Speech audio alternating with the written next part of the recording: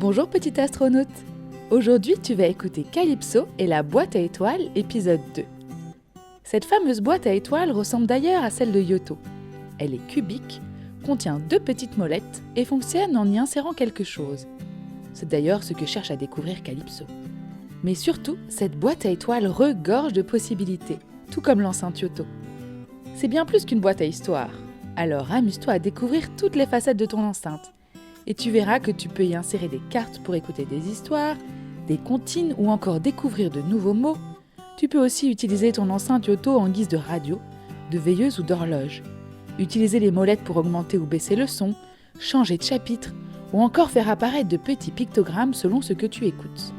Enfin, tu peux brancher des écouteurs pour être dans ta bulle ou bien écouter en stéréo pour que toute la famille en profite. Et écouter des histoires à plusieurs grâce à la boîte à étoiles, c'est un peu la mission de Calypso. Alors ouvre grand tes oreilles et bonne écoute.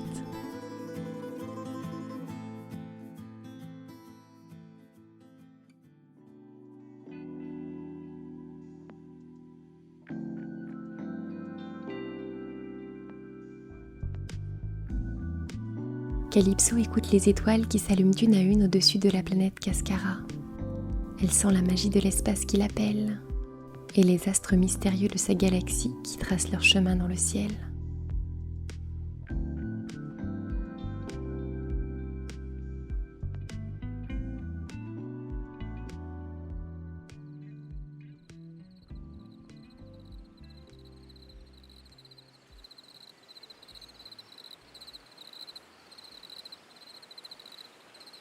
La nuit est tombée sur la cabane de Calypso. Un rayon de lune se glisse entre les planches du toit jusqu'à sa natte. Dehors, les feuilles des arbres s'entremêlent et murmurent leur chant du soir. Calypso se tourne, se retourne et se blottit sous sa couverture de coton. Toute sa famille est endormie sur des nattes à côté d'elle. Calypso attend le sommeil, mais il ne vient pas. Pour s'endormir, elle essaye de visualiser sa planète Cascara qui tourne dans le ciel. Une chouette ulule au loin. Elle tend l'oreille. Derrière les bruits de la nuit, elle croit deviner autre chose. Un murmure mystérieux, comme un petit chant qu'on chuchote. Un son qui ne la quitte pas depuis qu'elle a découvert la boîte à étoiles. Calypso se redresse sur sa natte et regarde en direction de la petite boîte blanche au bouton orange qui est posée sur le sol à quelques pas d'elle. Elle a vraiment l'impression qu'elle l'appelle. Je ne suis pas folle. J'entends bien quelque chose. Pourtant, j'ai déjà essayé de faire parler cette boîte, mais il ne s'est rien passé. Elle glisse une main hors de sa couverture et attrape doucement la boîte. L'objet dégage une douce chaleur et Calypso a l'impression qu'une lumière diffuse l'entoure. Comme un peu plus tôt, elle essaye de tourner les boutons, d'appuyer dessus, mais rien ne se passe. Allez, je sais que t'as des choses à raconter, des histoires, des légendes. S'il te plaît. Elle s'allonge sur le dos, rabat la couverture au-dessus de sa tête et pose la boîte sur son cœur. Tout à coup, elle sent comme une petite brûlure sur sa peau. « Aïe !» s'écrie-t-elle en se redressant. Elle repose la boîte sur le sol. Mais la sensation de picotement et de chaleur est toujours là. Ce n'est pas la boîte qui l'a brûlée. Calypso passe sa main dans le col de son pyjama et étouffe un cri de surprise. Sa petite feuille d'arbre éternel est toute chaude. Elle la prend dans le creux de sa main. Ça alors, elle étincelle, comme si en la touchant, la boîte l'avait réveillée. Elle la décroche de son cou et la rapproche de la boîte. Celle-ci se met alors à briller et à grésiller comme une vieille radio. Le bruit réveille Célina. Oh, qu'est-ce qui se passe ? Marmonne sa sœur tout endormie. Mais Calypso ne lui répond pas. Elle fixe la boîte, fascinée. Alors qu'elle la scrute, elle remarque une petite fente sur le dessus. Sans réfléchir, elle glisse la feuille d'arbre éternel dans la fente. Aussitôt, la boîte s'allume et projette sur le mur de la cabane une nuée d'étoiles. Une voix grave et douce retentit dans la pièce. Elle réveille Oberon et Théa, les parents de Calypso, et son grand-père Issa. Tous s'approchent de la natte pour écouter la voix. Bonsoir, passeuse d'histoire. Je crois que tu t'appelles Calypso. C'est bien ça ? Calypso avale sa salive. Elle se sent tout à coup très intimidée. Oui, je m'appelle Calypso.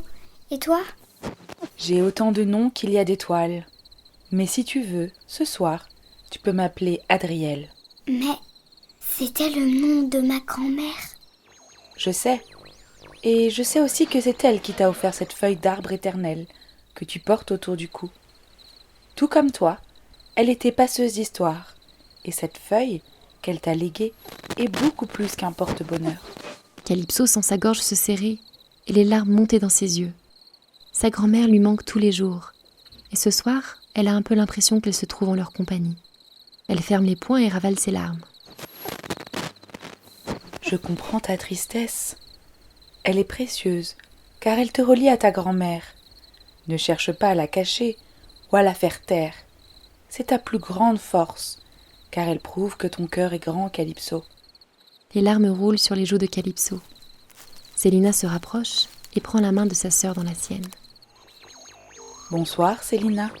Est-ce que tu peux me voir ? Demande Célina intriguée. Non, pas vraiment, mais je peux te ressentir. Tout comme je ressens les présences d'Issa, Oberon et de Théia. Issa lisse sa barbe et s'éclaircit la voix. C'est un grand honneur. Je ne pensais jamais vivre un instant pareil. Murmure-t-il en direction de la boîte. C'est grâce à Calypso. Je vais maintenant poser la question que je dois poser à chaque passeur ou passeuse d'histoire. Calypso, souhaites-tu que je te raconte l'histoire de ta planète ? Oui, bien sûr. Une lumière rose emplit doucement la pièce et la voix commence à raconter. Cascara ne ressemblait pas à la planète que vous connaissez. Alors, bien sûr, les mêmes rivières qu'aujourd'hui coulaient à flot. Un petit vent soufflait sur ses collines. Elle avait aussi les mêmes déserts et les mêmes montagnes. Un beau soleil l'éclairait et ses 3 douces lunes gravitaient autour d'elle. Mais c'était une planète sans vie. Pas le moindre petit arbre, pas la moindre petite pousse, pas le moindre petit bourgeon. Cascara avait tout, sauf la vie. Car sans végétaux, les animaux ne pouvaient pas se nourrir et survivre. Évidemment, des peuples étaient arrivés sur la planète, et ils avaient essayé de s'y installer. Mais chaque graine de plante qu'ils mettaient dans la terre, chaque arbre qu'ils essayaient de planter, rien ne poussait. Ou alors, s'il poussait, les végétaux ne survivaient guère plus de quelques jours. Pourtant, ils avaient de l'oxygène, de l'eau et du soleil. Au bout de quelques semaines, les peuples finissaient toujours par se décourager, de ne rien voir pousser, et repartaient vers d'autres planètes. Un jour, un vieux vaisseau tout cabossé se posa sur la plus haute colline de Cascara. C'était une tribu qui cherchait une nouvelle planète pour y vivre. Voilà plusieurs mois que ses membres erraient dans l'espace à bord de leur vaisseau, et ils étaient épuisés. La personne la plus jeune de l'équipage était une petite fille qui n'avait peur de rien et qui s'appelait Ayana. À peine arrivée sur Cascara, les gens de sa tribu se hâtèrent de planter des graines. Avec un si beau soleil et une eau si pure, faire pousser des plantes serait un jeu d'enfant, pensait-il. Mais rien ne poussait, et tout dépérissait. Les gens de la tribu se désespéraient. Une nuit, à l'heure que les 3 lunes étaient pleines, Ayana écouta son cœur et quitta le campement. Elle suivit son intuition et le rayon de Naos, la plus petite lune. Elle grimpa tout en haut de la montagne Tishka. Cette nuit-là, les lunes brillaient si fort que leur lumière en était presque aveuglante.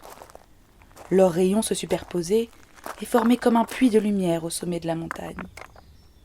Ayana prit une petite graine qui traînait dans sa poche et la déposa délicatement au creux des rayons de lune. Puis, elle rentra au campement. Le lendemain, un arbre magnifique se dressait au sommet de la montagne Tishka. Les rayons de lune étaient si puissants que l'arbre avait poussé en une nuit. Les gens de la tribu se mirent alors à planter les graines les soirs de pleine lune, et peu à peu, la planète se couvrit d'une végétation incroyablement luxuriante.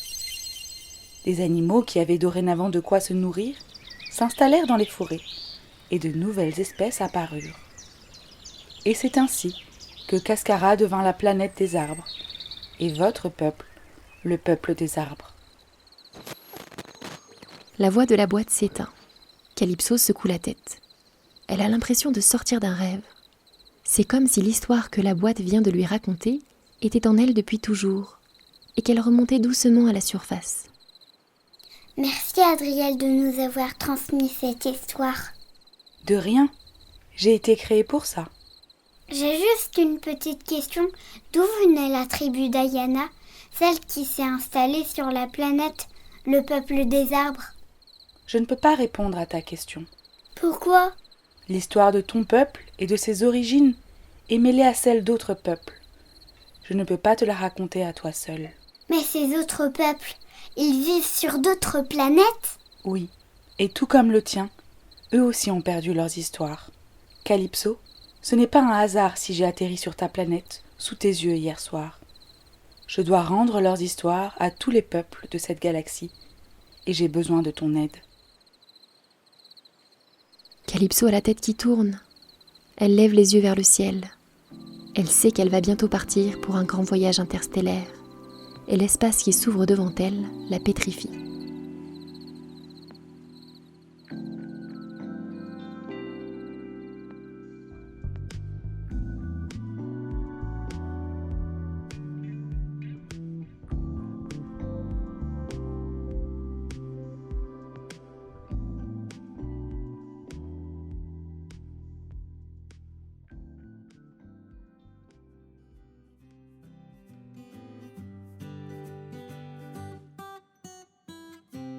Vous venez d'écouter une histoire d'Envolée Conté, une création originale écrite par Lucille Petit. Pour nous soutenir, mettez-nous 5 étoiles sur Apple Podcast et retrouvez-nous sur Instagram à @envoléconté. À très vite!